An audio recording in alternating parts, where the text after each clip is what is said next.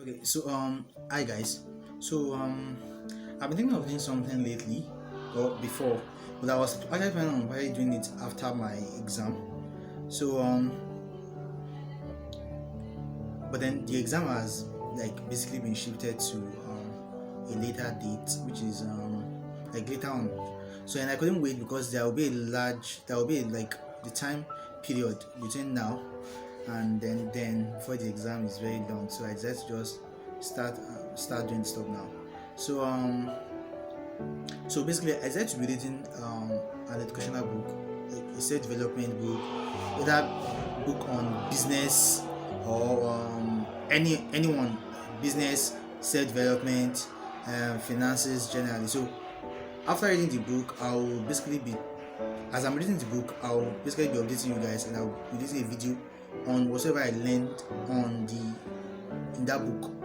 So this is the beginning, and then the book I'll be starting with is the Richest Man in Babylon. So I asked someone, and then the person told me that the book is actually quite good and then quite lovely. So I was starting with that, and I think I've started it. So the first part, the first part of the book actually they basically just talked about the beginning of the book is they just it was an history of the beginning talked about the history of Babylon. So basically they talk about the fact that Babylon is a very prosperous city, like then in the olden days, not necessarily in the olden days, like a long time ago, and that basically they become rich not by the fact that they had a lot, just by using whatever they have at that moment, whatever they have, what they had, and they talk about the fact that the city itself was based on an arid valley, and then water, euphrates water basically surrounds them, um, and when water basically surrounds the particular city to transport products like whatever they need, or trading becomes very difficult in that particular city. So it's not about how they were able to bypass that and all. And okay, so it says something about the book says something about um, that they're able to divert the water from the river surrounding them to create an irrigation system to water their crops, so that they'll be the harvest that becomes more bountiful.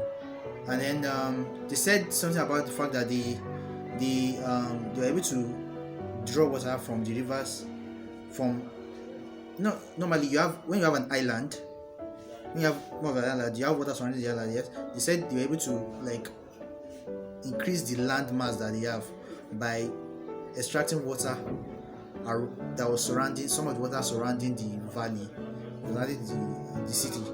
So and they used that particular land to plant crops, and then they use the harvest to to finance. They use the harvest in trading and then to help the city grow.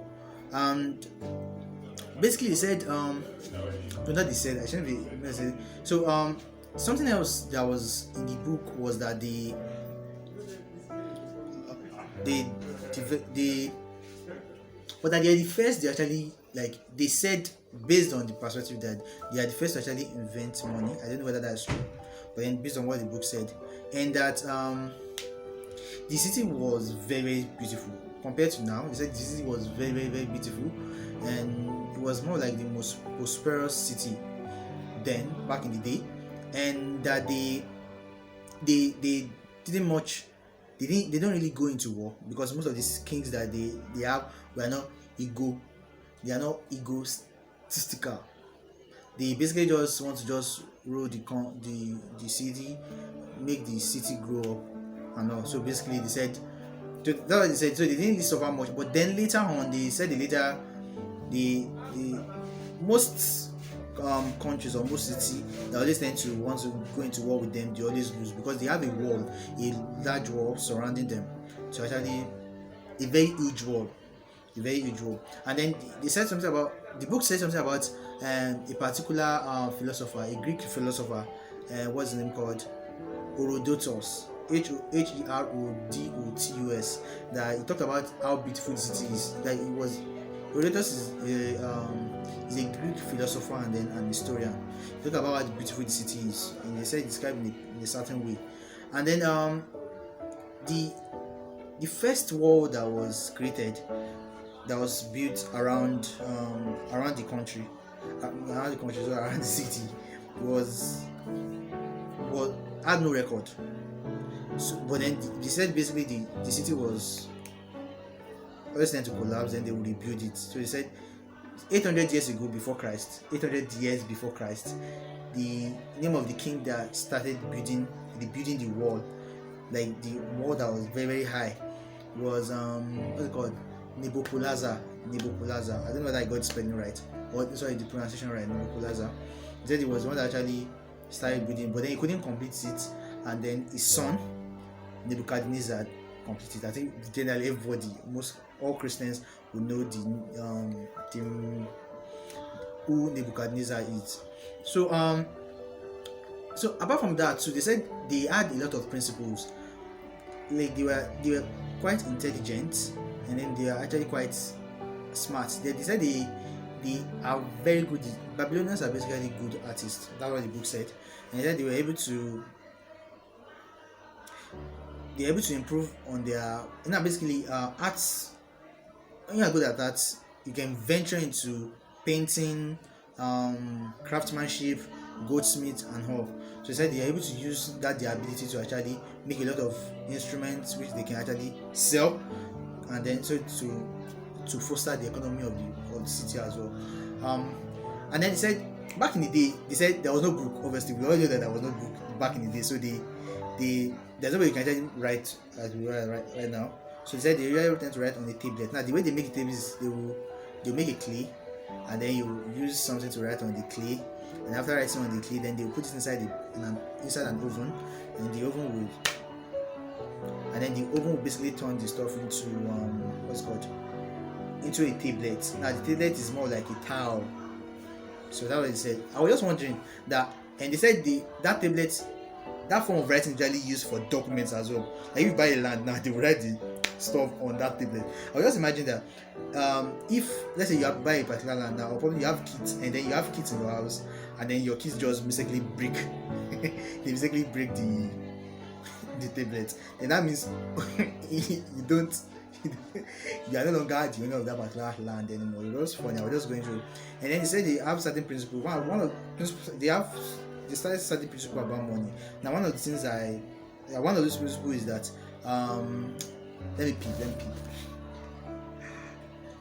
Okay, now they said money is the medium by which earthly success can be measured. Actually, that's actually quite true, because nobody actually care about what you actually do that much. Is how much is in your account. You get it? And then they said something about that actually money makes possible your ability to actually enjoy what earth actually has to offer is determined by the amount of money you have, and that's actually quite true, because there are certain things you can get without money in this world, even up to good health care as well. You can't get that without money. So that's what. And then they said money is plentiful for those who actually understand the principle that actually governs it. I don't know about that. That's definitely going to be true, but then I can't say. I have to basically apply it and get to the rule of the money that they are talking about, and then I will try and apply it, and if it works, I will tell you guys. So basically, what I can actually learn from this part of the book is that you most likely have to just make do with whatever you have. You don't have to wait for anything. It's the same way the Babylonians did, that they made do with what they had, which is okay. They had water, and then they have fertile soil, so you just find a way of actually passing the water that they had surrounding them to actually water the crops that they have to help them in providing food and all. So that's basically what I can learn from this part. So I'll be leading the next part probably by tomorrow, and I'll make a video on YouTube tomorrow, and I'll post it as well. So see you guys tomorrow.